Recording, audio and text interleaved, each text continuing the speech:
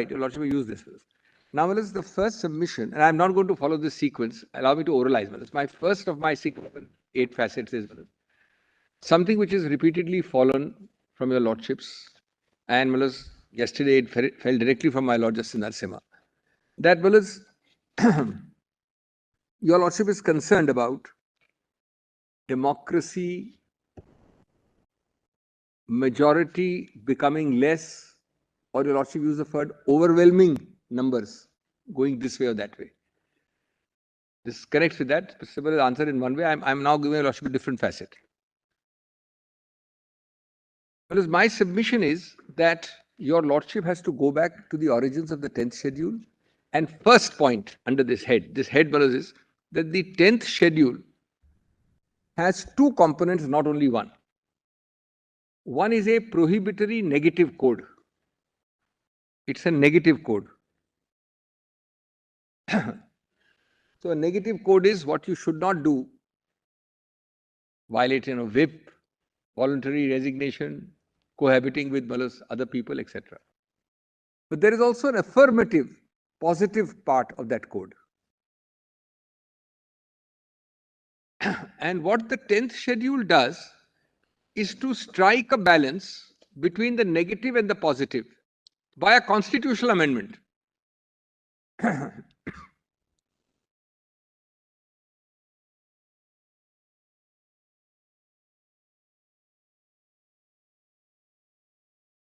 It is my respectful submission that it is vital for your Lordships to give effect to both negative and positive in letter and spirit. Because your Lordship is actually implementing the Constitution. And some of the arguments of the other side have bordered on suggesting that a mere, I'm using the word mere advisedly in comparison to a constitutional text, a mere symbols order will be competing with a constitutional text. That would be completely anathema to all known principles. What are these two codes, Balas? The negative code is that you, in a nutshell, I'm just saying, in a nutshell, I'm oversimplifying. You will not voluntarily give up membership to 1A and you will not violate whips to 1B. Just in a broad summary.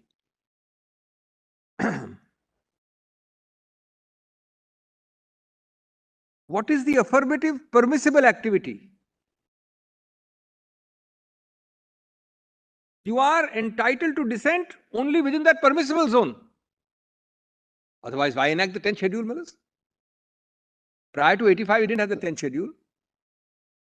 You had Jungle Raj, which you called Ayaram Gayaram sometimes, but then you can also justify that in the name of free speech, free action. What you did here was you allowed a zone of activity, permissible, affirmative, but you cannot say that I will go beyond that permissible and thereby violate indirectly the negative code also.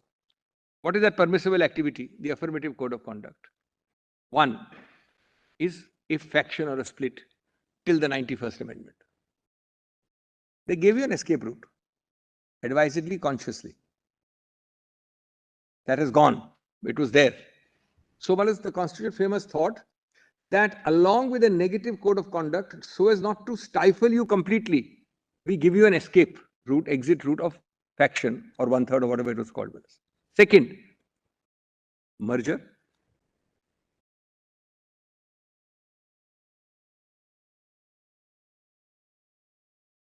Third, and this is actually the most important part of 10th schedule. Elections, barring a few cases, in the days of 1960s, etc., there used to be a very strong, large number of independents. Independents have now dwindled. The statistics show, even then, in terms of 545 Lok Sabha, you had hardly 30, 40. But independents commanded a coordination. My father also got into Lok Sabha on an independent party-less ticket. So I know that time it was Mr. Nath Pai, so many people.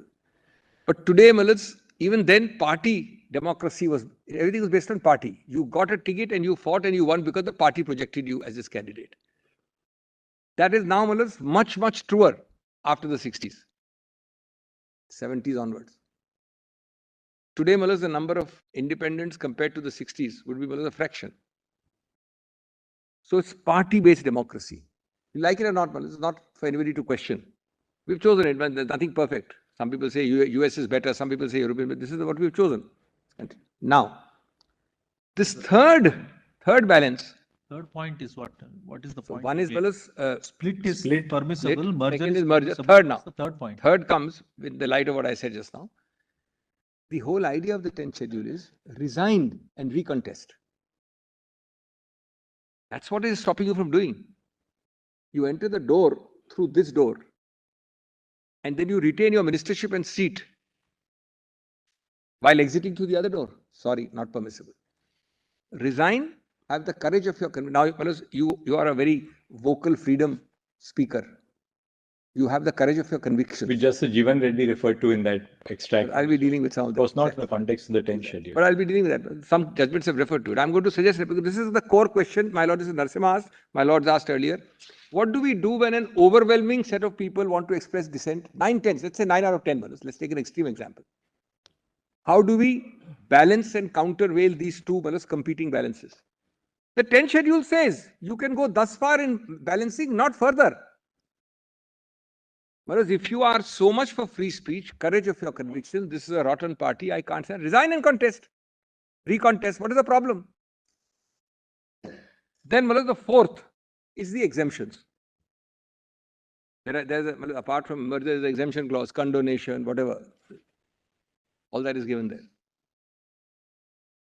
Now, what we have to see is that if a constitutional amendment balances the prohibitory with the affirmative part, you cannot find an excuse to circumvent the prohibitory part by going beyond the 4 avenues of the affirmative part. Now only 3. Faction is gone. Now, let us take this further, because that's your Lordship's query. I'm sorry, there is a fifth one. I forgot. There's a fifth one. I'm now breaking it up. There is a fifth balancing on the affirmative side.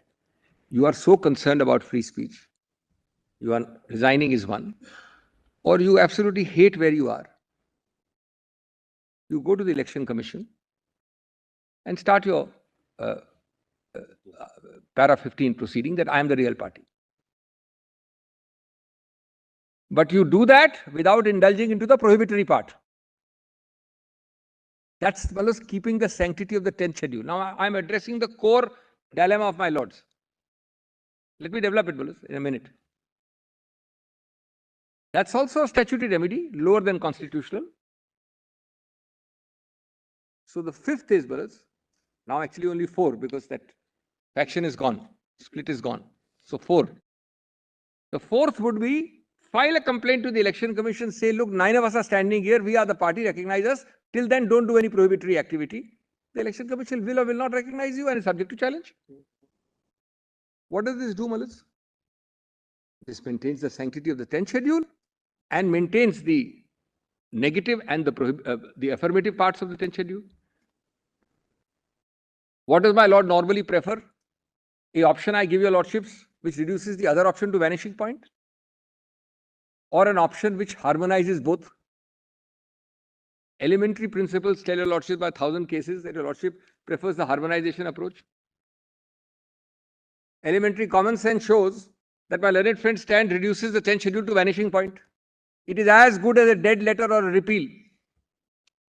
Which is better? The answer is self-evident. Now, here, just see, how this dead letter vanishing point arises. You don't resign.